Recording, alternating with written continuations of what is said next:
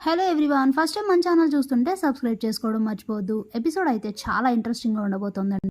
దీపపై అంత కోపంగా ఉన్న సుమిత్ర ఎందుకు దీప కాళ్ళు పట్టుకుని మరీ ప్రాధేయపడుతుంది? అసలు ఏం జరగబోతోంది?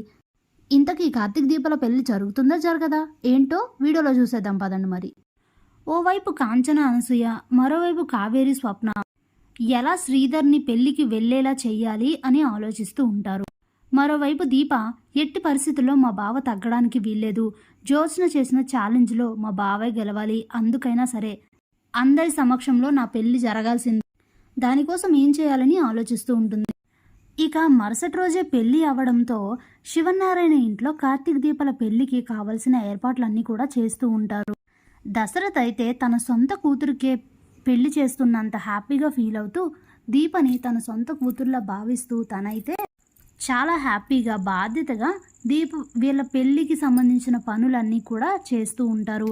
అలాగే రావాల్సిన బంధువులందరినీ కూడా పిలుస్తారు దశరథ్.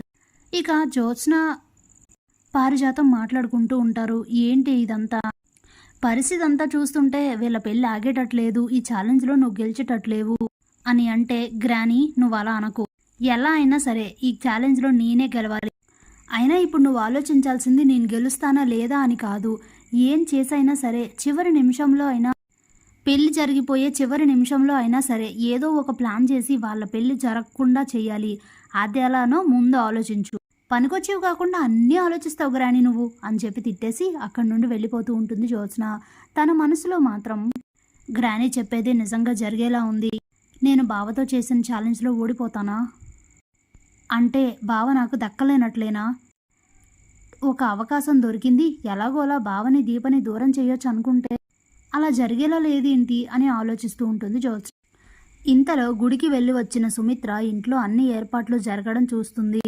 అంటే ఈ పెళ్లి జరిగేలానే ఉంది, నేను దీప తల్లి స్థానంలో కూర్చొని కన్యాదానం చేసేలానే ఉన్నాను, తన తల్లి స్థానం అని ఊహించుకుంటేనే నాకు ఎలానో ఉంది, ఏంటిదంతా అని ఆలోచిస్తూ ఇక బాగా ఆలోచించి కిచెన్లో పని చేసుకుంటున్న దీప దగ్గరికైతే వెళ్తుంది.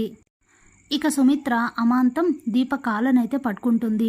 అది చూసి దీప ఉలిక్కి పడి వెంటనే దూరంగా జరుగుతుంది. అమ్మ ఏంటిది, ఏం చేస్తున్నారు అని అడిగితే, ఇంతకన్నా నాకు వేరే మార్గం కనిపించలేదు దీప, నాకు తెలుసు నీకు ఇదే కదా కావాల్సింది, ఇలా నీ కాళ్ళు పట్టుకుని మరీ నీకు క్షమాపణ చెప్పించుకోవడమే కదా నీకు కావాల్సింది, ఆ రోజు నీ మీద పోలీస్ కేసు పెట్టాననే కదా ఇదంతా, దానికి నేను బదులుగా ఈరోజు నీకు క్షమాపణ చెప్తున్నాను, దయచేసి ఈ పెళ్ళిని మాత్రం ఆపేయి, నువ్వు చెప్తే నీ భర్త ఆగుతాడని నాకు తెలుసు, ఎందుకంటే ఇదంతా నువ్వు చెప్పించిందనే నువ్వు అడిగిందనే నాకు తెలుసు, నేను కార్తీక్ సంగతి ఏంటో కార్తీక్ గురించి నాకు బాగా తెలుసు, వాడికి అలాంటి సొంత నిర్ణయాలు రావు, ఇదంతా నీ ప్లానే అని నాకు తెలుసు దీప, నీకు కావాల్సింది ఇదే కదా, ఇంతకన్నా ఇంకేం కావాల్సినా అడుగు, ఈ పెళ్లిలో నీకు తల్లి స్థానంలో ఉండడం తప్ప ఇంకేం అడిగినా చేస్తాను, ఎందుకంటే అంతకన్నా దౌర్భాగ్యం నాకు ఇంకొకటి ఉండదు కాబట్టి, దీనికన్నా నిజంగా ఇంత విషం తీసుకొని చావడం అయినా నయం అనేసరికి చాలా బాధపడుతుంది దీప. మీరు అలా మాట్లాడకండి అమ్మా అని అంటే, ఇంక నేనేం చేయాలి, అందరి కోసం ఇష్టం లేని ఈ పని చేయడం కన్నా అదే నయం అనిపిస్తోంది అంటూ రెండు చేతులు జోడించి, దయచేసి ఈ పెళ్ళి ఆపే దీప, ఫలితంగా నీకేం కావాలన్నా అడుగు, జ్యోత్స్నకి చెప్పి అగ్రిమెంట్ క్యాన్సిల్ చేయించమంటావా చెప్పు, లేదు ఇంకేమైనా కావాలంటే అడుగు, అంతేగాని ఈ పెళ్లిలో నన్ను నీ తల్లి స్థానంలో ఉండమని మాత్రం కోరద్దు ప్లీజ్ అని చెప్పి ప్రాధాయపడి దండం పెట్టి వేడుకొనైతే అక్కడి నుంచి వెళ్ళిపోతుంది. ఇక దీప చాలా బాధపడుతూ వెంటనే కార్తీక్ దగ్గరికి వెళ్ళి జరిగింది చెప్పి, బావా ప్లీజ్ ఈ ప్రయత్నాలన్నీ ఇక్కడితో ఆపాయి, ఇప్పుడే వెళ్ళి తాతయ్యతో ఈ పెళ్లి జరగదని మేము గుళ్ళో పెళ్లి చేసుకుంటామని చెప్పు, ప్లీజ్ బావా నా మాట విను, నిజంగా ఇది అందరికీ గుర్తుండిపోవాలని నువ్వు ఇలా చేస్తున్నావు, కానీ ఇది కరెక్ట్ కాదు బావా, మా అమ్మకు అస్సలు ఇష్టం లేదు, వద్దు అని అయితే తెగేసి చెప్పేస్తుంది. ఇక దీప మాట కొట్టలేని కార్తీక్ అయితే వెంటనే వెళ్ళి, మా నాన్న పెళ్ళికి రానన్నారు, అందుకని మేము గుళ్ళో పెళ్లి చేసుకుంటాం, మీ అందరూ అతిథులుగా వస్తే చాలు అని చెప్పేసి అక్కడి నుంచి వెళ్ళిపోతాడు. ఆ మాటతో చాలా సంతోషిస్తుంది సుమిత్ర.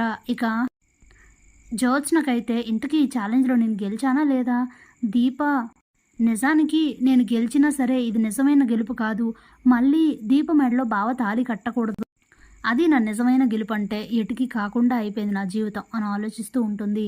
Thanks for watching.